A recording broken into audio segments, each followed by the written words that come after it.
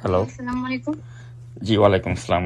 তো আপনি এখন তাহলে একটু বলেন আসলে যে আসিফ মাহমুদ সজীব ভুঁইয়া যে উপদেশটা, মানে এই আচ্ছা, বিষয়টা কি? আপনাকে আমি আপনাকে সব ক্লিয়ারলি বলছি। এর বিষয় ওর সাথে আমার একটা রিলেশন ছিল।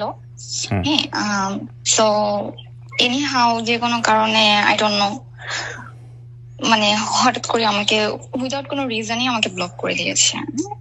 এখন কেন ব্লক করছে সেটা আমাকে বলে না, রিজনটাও আমাকে বলে না, আমি জানিও না যে কেন ব্লক করেছে বা আমি কি করেছি।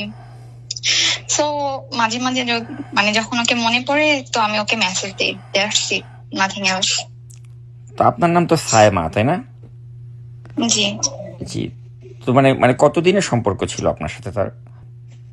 এটা অলমোস্ট প্রায় 1.5 বছর প্লাস ছিল রিলেশন, বাট এখন আমাদের মধ্যে কোনো রিলেশন নেই, যেহেতু ও আমার সাথে কন্ট্যাক্ট করছে না, যোগাযোগ করছে না।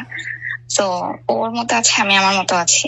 আচ্ছা, নাকি এটা আপনার কি মনে হয় যে সে যে সম্প্রতি চট্টগ্রামে যে বিয়ে করলো, চট্টগ্রাম ইউনিভার্সিটির একজন স্টুডেন্টকে, এটার কারণেই কি মানে আপনার সাথে সম্পর্কটা সে কন্টিনিউ করছে না বা এরকম কিছু? আসলে ও বিয়ে করেছে, আমি তো জানি না এটা। হ্যাঁ, তার মেয়ে, সে যাকে বিয়ে করেছে তার বাবার নাম হচ্ছে জনাব শহীদুল্লাহ। তিনি একজন সৌদি প্রবাসী, শাহরাস্তি এলাকার। মেয়ের মামার নাম হচ্ছে রাজ্জাক চট্টগ্রামেও বিয়ে মেম্বার। করেছে? হ্যাঁ, মামার নাম রাজ্জাক মেম্বার, শাহরাস্তি চাঁদপুর।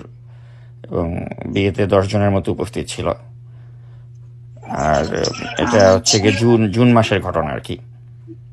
এটা হচ্ছে জুন মাসের, সম্ভবত জুন মাসের 10 তারিখের দিকে সে বিয়ে করেছে। তাহলে কি জুনের 10 তারিখের পরে কি মানে আপনাকে সে অ্যাভয়েড করা শুরু করলো? হ্যাঁ, আমার সাথে তো এপ্রিল মাস পর্যন্ত মোটামুটি ভালো রিলেশন ছিল।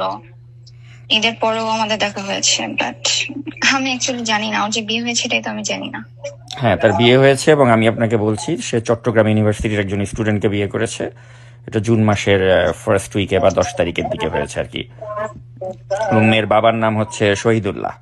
সে একটা সৌদি প্রবাসী এবং ওদের বাসা হচ্ছে শাহরাস্তিতে। আর মেয়ের মামার নাম রাজ্জাক মেম্বার। আচ্ছা, না অ্যাকচুয়ালি ওর সাথে আমার যে কন্ট্রাক্ট থেকে পেয়েছি, মানে আমার কাছে ওর যে দুইটা কন্ট্রাক্ট থেকে আমাকে আমাকে হোয়াটসঅ্যাপ থেকে ব্লক করা। সো আমি কখন নাম্বারে কন্ট্যাক্ট করে ট্রাই করিনি। ও ড্রাইভার সাথে যোগাযোগ করার চেষ্টা করেছি, ও ড্রাইভারকে হয়তো আমার মেসেজে রিপ্লাই দিতে নিষেধ করে দিচ্ছে, জানি না। সো যাক, যদি কেউ কাউকে ঠকায় ভালো থাকে, বলার কিছু নেই। কি করার আছে এখন বলেন? আমি তো অ্যাকচুয়ালি এখন যদিও বিয়ে করে ফেলে, ইন কেস অফ বিয়ে করে ফেলে, সেক্ষেত্রে তো আমি ওর বিরুদ্ধে যে কিছু করতে পারবো না। আমার সাথে ওর হোয়াটসঅ্যাপে মোস্ট অফ দ্য টাইম যোগাযোগ হতো, সো হোয়াটসঅ্যাপ নাম্বার ব্লক আছে, বাট সিম নাম্বার হয়তো ব্লক করেনি। আমি সিমে কখনো ওকে ফোন দিইনি, যোগাযোগ করার চেষ্টা করিনি ফোনে, যদি রাগ করে এই ভয়ে ফোন দিইনি। ও যে খুব বাজে একটা লোক সেটা আমি ভালো করে জানি।